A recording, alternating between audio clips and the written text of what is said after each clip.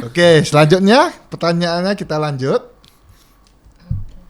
Pertanyaan selanjutnya itu adalah apa yang menjadi hal-hal yang khas dari agama Konghucu yang membedakan Konghucu dengan agama lain yang menjadi daya tarik tersendiri bagi orang untuk melihat agama Konghucu? Ya, ya, bagus pertanyaannya. Case, Keisha, Keisa, Keisha. Keisa, ya, agak sulit memanggilnya. Jadi saya nggak tahu yang menceritakannya, yang namanya saat tertarik itu masing-masing orang beda-beda ya. Jadi yang A tertarik dengan warna merah, yang B tertarik dengan warna kuning, biru dan seterusnya. Jadi pada umumnya bahwa agama Konghucu itu merupakan agama yang dikatakan sebagai agama bagi orang yang lembut hati. Ya, kenapa lembut hati? Karena agama Konghucu diajarkan untuk menjalankan cinta kasih dan kebenaran. Jadi setiap manusia diyakini sejak lahir sudah diberikan watak sejati atau hati nurani. Setiap orang itu memiliki hati nurani, dan hati nurani itu isinya adalah 8 kebajikan. Yaitu pertama, dia itu bisa punya kemampuan untuk berbakti kepada orang tua, ya. Ini bahkan bukan hanya manusia, hewan pun dia itu berbakti kepada induknya, ya. Lalu kemudian dia itu rendah hati, suka mengalah, ya, dan bisa menerima perbedaan. Kemudian dia setia, ya, setia kepada negara, setia kepada janjinya, setia kepada hukum, dan setia kepada kelompoknya, setia kepada keluarganya, ya. Kemudian orang itu mempunyai bakat agar dia itu memenuhi janji-janjinya sehingga dia dapat dipercaya, ya. Kemudian orang itu mempunyai sifat dasar ingin menyukai keindahan. Dia suka yang indah-indah, yang merdu-merdu, yang bagus-bagus, dan itu diwujudkan di dalam tata ibadah, ya, ritual dan tata krama sopan santun. Itulah kesusilaan, ya. Jadi kemudian orang itu menjunjung kebenaran dan keadilan, ya, punya rasa adil dan punya rasa benar.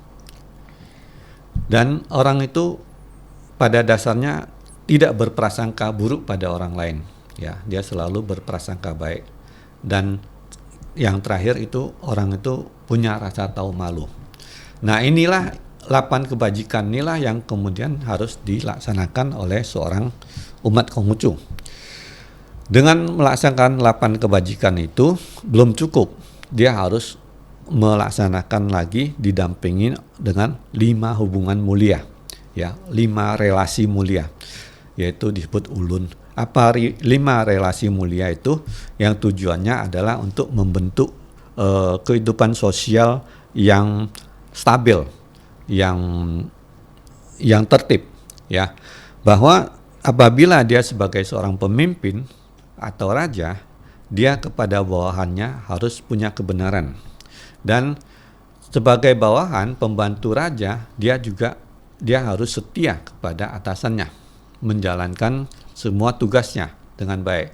Jadi kalau posisinya saya sebagai pemimpin, saya harus adil dan benar kepada bawahan saya. Dan bawahan saya itu dia juga harus setia dan melaksanakan kewajiban dan tugasnya. Maka kalau ini terjadi, maka hubungan antara atasan dan bawahan itu lancar, harmonis. Lalu kemudian ayah dan anak. Ayah itu harus melindungi anak dan anak itu berbakti pada orang tua. Bila ini terjadi, maka hubungannya harmonis. Kemudian suami dan istri itu saling berbagi tugas, ya, yang satu tugas di luar, yang satu tugas di dalam. Maka itu juga terjadi keharmonisan. Kakak dan adik itu hubungannya itu harus kakak memberi keteladanan dan adik itu patuh kepada kakak. Nah, maka ini juga terjadi keharmonisan. Sesama teman itu dapat dipercaya, ya, harus dapat dipercaya.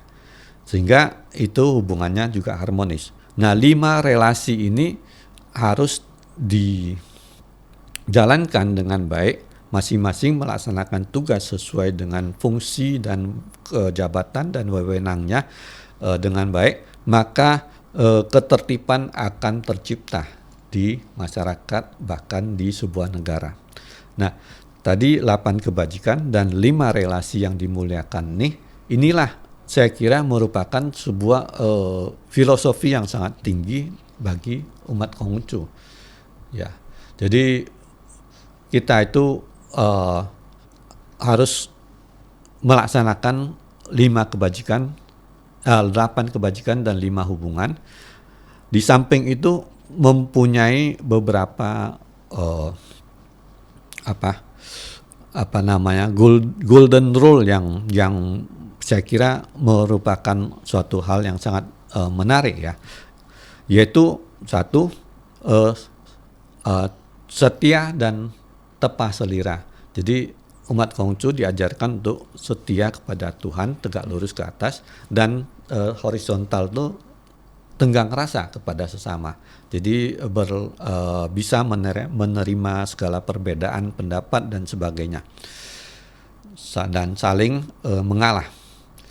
Kemudian apabila umat Konghucu juga diajarkan, apabila diri sendiri ingin maju, ajaklah kawan-kawan sekelilingnya untuk maju bersama. Apabila ingin tegak, ajaklah orang lain juga tegak bersama. Kemudian yang ketiga adalah apa yang diri sendiri tidak inginkan jangan diberikan kepada orang lain. Kalau kita merasa sakit dicubit, kita jangan cubit orang lain. Kalau kita merasa jengkel dan tidak suka dimarahin, maka kita juga tidak memarahin orang. Nah, saya kira seperti ini yang hal-hal yang menarik pada umumnya yang perlu saya sampaikan, dan kalau mau dibahas lagi masih panjang lagi. Ya, karena kita kan mengejar waktu, ya. Ya, berarti kita lanjutkan lagi pertanyaan selanjutnya. Pertanyaan selanjutnya itu yang membuat Sieso itu mau menjadi seorang pemuka agama itu apa? Ya, baik, ini menarik, ya. Jadi saya menjadi seorang pemuka agama Konghucu itu tentu mempunyai alasan, ya kan. Setiap orang melakukan sesuatu pasti punya alasan. Nah, apa yang menjadikan alasan dan memotivasi saya untuk menjadi rohaniawan agama Konghucu, ya, itu mungkin Chosen Jeffrey juga akan beda, ya. Saya melihat bahwa agama Konghucu itu pertama itu bagus, ya. Kemudian itu merupakan sebuah ajaran leluhur yang sangat disayangkan apabila tidak diteruskan atau tidak diwarisi. Sementara di Indonesia kan suatu masa itu agama Konghucu itu mengalami penekanan yang sangat luar biasa, sehingga jumlah penganut agama Konghucu itu menyusut drastis, dan para pemuka agama Konghucu juga sangat terbatas. Maka saya terpanggil untuk bergabung di dalam barisan daripada kerohaniawan agama Konghucu. Karena kalau saya seorang ini menambah kepada yang sudah banyak, itu tidak ada artinya, ya. Saya itu menambah kepada yang sedikit itu justru lebih berarti. Maka saya memilih agama Konghucu karena di sana sedikit, artinya air yang sedikit itu kita kasih sebutir gula aja udah terasa manis. Tapi kalau air yang banyak kita kasih sebutir gula itu nggak terasa apa-apa. Nah, jadi itu alasan utamanya. Ya, jadi untuk terpanggil menjadi seorang rohaniawan itu mungkin setiap orang berbeda ya. Nah, mungkin Jeffrey mau Kalau bicara. dari saya, karena dulu pada saat saya sekolah, saya mencari arti dari sebuah agama. Jadi pada saat itu ada orang kasih saya kitab agama Konghucu. Dan dari sanalah saya pelan-pelan membaca, tetapi dari tahun 2010 sampai tahun 2019 saya tidak ada menemukan bahwasannya siapa yang bisa mengangkat saya untuk di agama ini, agama Konghucu ini. Jadi modal saya itu hanya belajar dari ada video, habis itu ada cerita-cerita Nabi Kongse, dari kitab dan segala macam. Dan pas kemarin tahun 2021 saya berjumpa dengan CC Johan Azwan. Nah, di sanalah saya mulai mengerti apa itu agama Konghucu. Dan saya pun sekarang sedang kuliah untuk agama Konghucu di Stikin. Gitulah. Jadi setiap orang punya cerita banyak ya. Nah, karena mencari jati diri itu susah. Ya, nggak bisa cepet-cepet gitu ya. Oke, kita lanjutkan lagi pertanyaannya. Ini saya ingin bertanya lagi, sebagai seorang pemuka agama tentu Siese tahu bagaimana maraknya adanya intoleransi di Indonesia saat ini. Menurut Siese, apa yang menyebabkan intoleransi yang di Indonesia itu terjadi dari pandangan Siese? Ya, ini tentu pandangan pribadi ya. Jadi saya sering kemana-mana ya, bahkan juga masuk ke kampung-kampung itu. Saya melihat sebetulnya orang-orang kampung itu tidak ada itu rasa benci sama rasa tidak suka kepada orang luar atau kepada sesamanya gitu, nggak ada. Kemudian dari situ saya berpikir sebenarnya intoleransi itu memang bawaan sifat orang Indonesia atau tidak, dan saya menyimpulkan tidak. Jadi intoleransi itu produk yang dibawa dari orang luar ke sini, dan itu memang direkayasa. Jadi kita lihatlah, kita banyak sekali kasus-kasus tentang intoleransi itu. Seringkali yang kita lihat adalah bahwa satu kejadian, misalnya satu rumah ibadah itu diganggu. Nah, yang mengganggu itu siapa?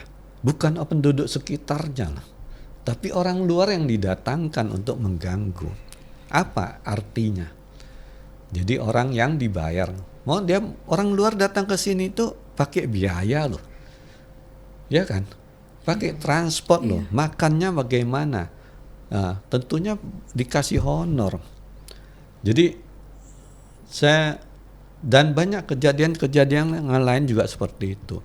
Jadi yang membuat kerusuhan dan sebagainya itu bukan orang setempat, tapi orang yang memang didatangkan, disetting untuk seperti itu. Jadi saya katakan intoleransi di Indonesia itu adalah rekayasa. Namun kita nggak boleh anggap remeh dengan rekayasa itu, karena orang yang men-setting rekayasa itu mereka paham betul tentang ilmu jiwa sosial, ilmu jiwa masyarakat. Ya, masyarakat tuh kalau sudah berkumpul dan itu disulut dengan satu gerakan dan ada yang memandu, maka yang lain ikut-ikutan. Kalau udah seperti itu, udah sulit dibendung. Nah, jadi supaya jangan ikut-ikutan, khususnya generasi muda, adik-adik ini harus punya cara pandang yang skeptis. Artinya melihat sesuatu itu jangan dilihat hanya kulitnya, tetapi dibaca juga belakangnya apa, isinya apa. Jadi jangan melihat satu sisi hanya dari depan aja, tapi lihat juga samping, kiri, kanan, dan belakangnya siapa, dan seterusnya. Jadi jangan cepat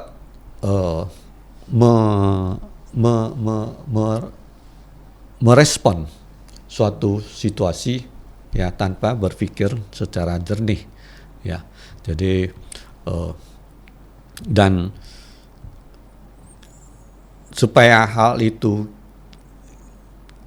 tantangan seperti itu berkurang, maka cara bergaul kita itu juga harus kita batasi. Jangan bergaul dengan kelompok-kelompok yang memang arahnya ke sana. Jadi bergaullah dengan kelompok-kelompok yang suka belajar, yang suka olahraga, yang tidak suka yang aneh-aneh itu. Ya, hindari kelompok yang narkoba, yang judi, yang hura-hura. Jadi dekatlah dengan kelompok yang suka belajar, suka nyanyi, suka yang kegiatan positif lah pokoknya. Ya. Seperti itu. Nah, menarik ini kayaknya sepertinya ada yang mau ditanyakan lagi. Haha. Ya, Sudah cukup jelas kok. sudah cukup jelas. Ya mana tahu kan masih ada lagi kan yang sangkut di hati gitu kan untuk ditanyakan saja nggak apa-apa ya. Ya intinya semuanya itu semua sama, tergantung dari istilah sepak terjang dari luar sepertinya gitu ya. Iya. Oke,